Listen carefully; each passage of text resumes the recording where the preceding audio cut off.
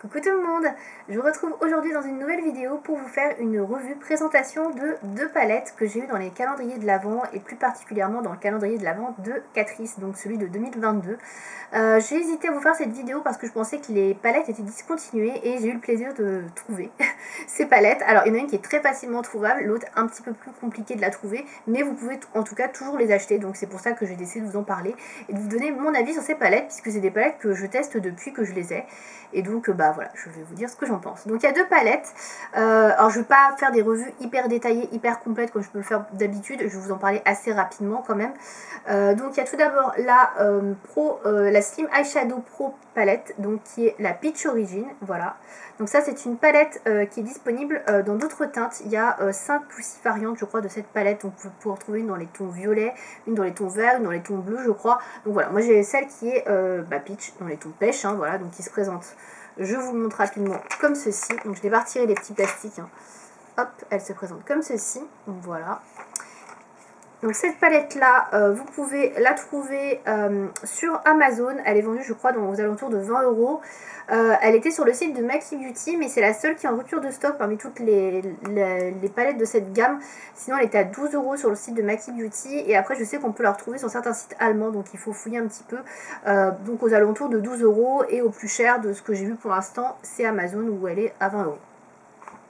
La deuxième palette donc, que j'ai eue dans les calendriers de l'Avent et dont je vais vous parler, c'est la Daring Nude palette, donc celle-ci qui est un peu plus grosse. Donc là vous voyez celle-ci est un petit peu plus fine, voilà. Donc celle-là c'est une palette de 18 fards à paupières qui se présente dans un emballage cartonné avec un petit miroir et qui va certainement vous faire bien penser à une palette de chez Huda Beauty puisqu'elle ressemble quand même pas mal à notamment la palette New Nude de Huda. Donc cette palette là elle est très facilement trouvable puisqu'elle est vendue sur le site de Nocibé. Elle est vendue au prix de 18 € je crois, quelque chose comme ça pour 18 fards, donc c'est pas très très cher, ça reste assez abordable, donc celle-là vous pouvez vous la trouver assez facilement. Alors, écoutez, on va commencer par la Peach Origin, donc cette palette là. Alors, je ne suis pas maquillée avec aujourd'hui, je suis maquillée avec l'autre palette, je vous montrerai après le maquillage. Néanmoins, vous trouverez donc des maquillages réalisés avec cette palette sur le blog, j'en ai fait 2. Donc n'hésitez pas à aller voir si ça vous intéresse. Alors, au niveau de cette palette, donc au niveau des fards à paupières, donc on est sur une palette de 6 et 6, 12, 13, 14, 14 fards à paupières, voilà. Hop, je vous la montre pour la composition de la palette. Donc vous avez une harmonie qui est autour, on va dire, de la couleur pêche. Donc il y a quelques fards qui sont pêche, mais je trouve que c'est plus une palette pour moi de nude. Effectivement, il y a des teintes pêche, mais on est quand même plus sur une palette dans les tons nude, il y a quand même pas mal de brun, il y a un peu de gris bleuté, on a quand même de couleurs assez soft, neutres, donc voilà, pour moi c'est plus une palette neutre que pêche, mais bon, voilà, pourquoi pas. Cette palette là je l'aime beaucoup, je l'ai déjà portée plusieurs fois, c'est une palette que je porte assez facilement pour aller me travailler parce que c'est des fards qui sont assez neutres, assez nude et donc facilement travaillables. C'est des fards qui s'estompent bien, qui se travaillent bien, qui sont alors pigmentés, moyennement pigmentés, tout n'est pas bien pigmenté, les fards mat sont un petit peu en dessous je trouve au niveau de la pigmentation pour les couleurs claires, parce que les couleurs foncées je trouve que ça va, mais les couleurs claires c'est vrai que la pigmentation n'est pas au top top. Pareil pour les couleurs de transition, il y en a qui sont pas très bien pigmentés. Celui-ci est très bien, celui-ci je l'utilise notamment pour faire mes sourcils de temps en temps, bon pas trop parce qu'il est assez petit que va vite plus en avoir, mais la couleur j'aime beaucoup et celui-ci est pas mal pour le faire des transitions. Au niveau des fards un peu spéciaux, vous avez deux fards qui sont un petit peu marbrés, on va dire, comme les fards de chez Huda, que je trouve très jolis, mais qui sont pas si pigmentés que ça, je trouve, à mon goût. Je vais essayer de vous faire des swatchs sur ma main. Ils sont assez semblables en plus. Il y en a un qui est un peu plus... voilà, celui-ci est un peu plus clair que celui-là, qui est un peu plus doré, mais vous voyez, c'est pas extraordinaire au niveau de la pigmentation. C'est pas les fards les plus pigmentés de la palette. Vraiment, les fards qui sont bien pigmentés, ce sont les mats foncés, pardon, et les fards qui sont irisés assez foncés, là, comme ça. Ceux-là sont très bien pigmentés. Mais voilà. Donc, elle est pas mal, mais elle est un peu inégale en termes de pigmentation. Donc...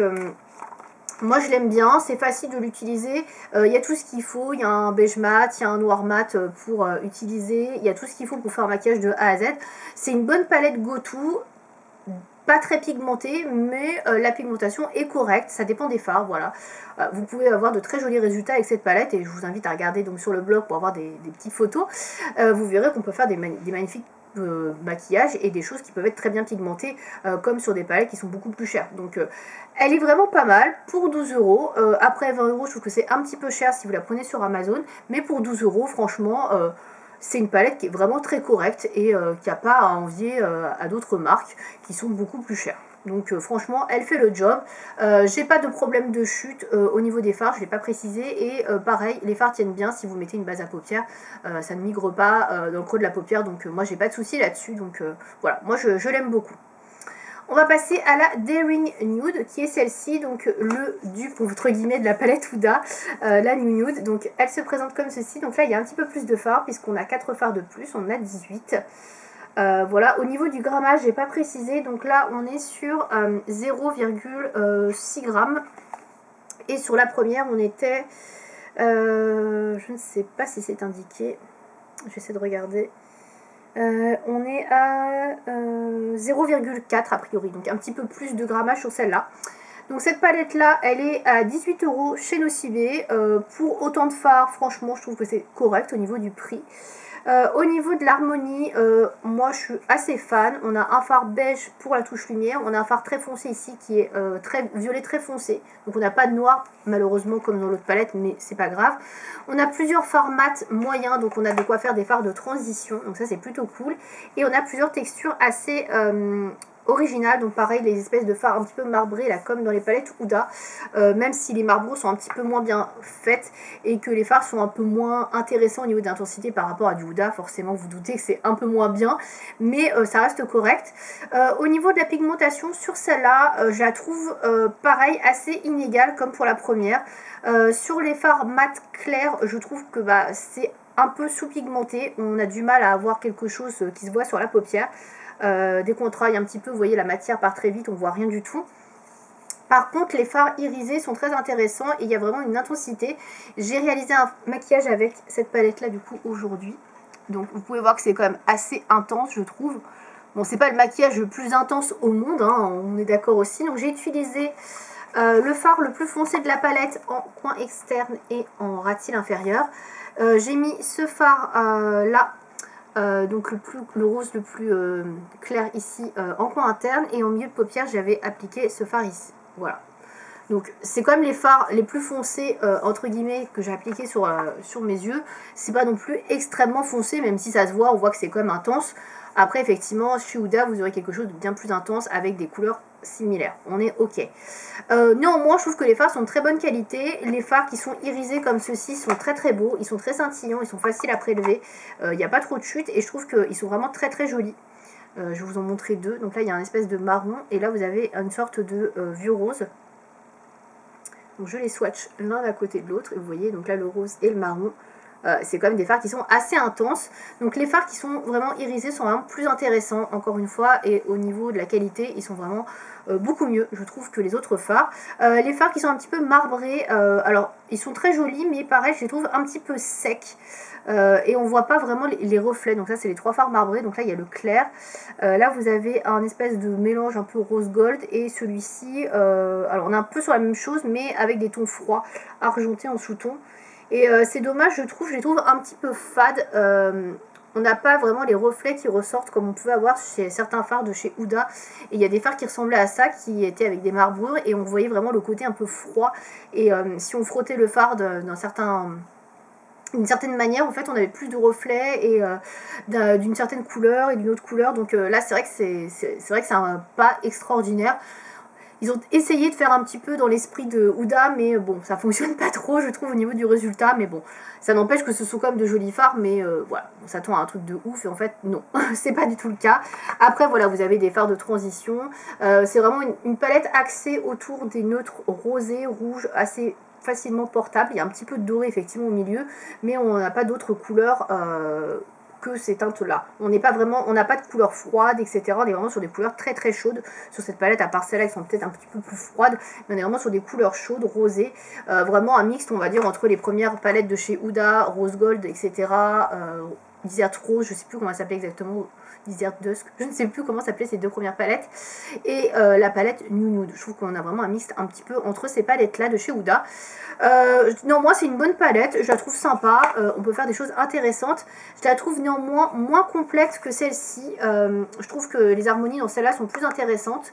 Là on tourne vraiment toujours autour des mêmes couleurs et je trouve que les fards rosés etc sont quand même assez proches et on a toujours plus ou moins les mêmes harmonies, les mêmes make-up qu'on peut faire avec, donc ça c'est un petit peu dommage.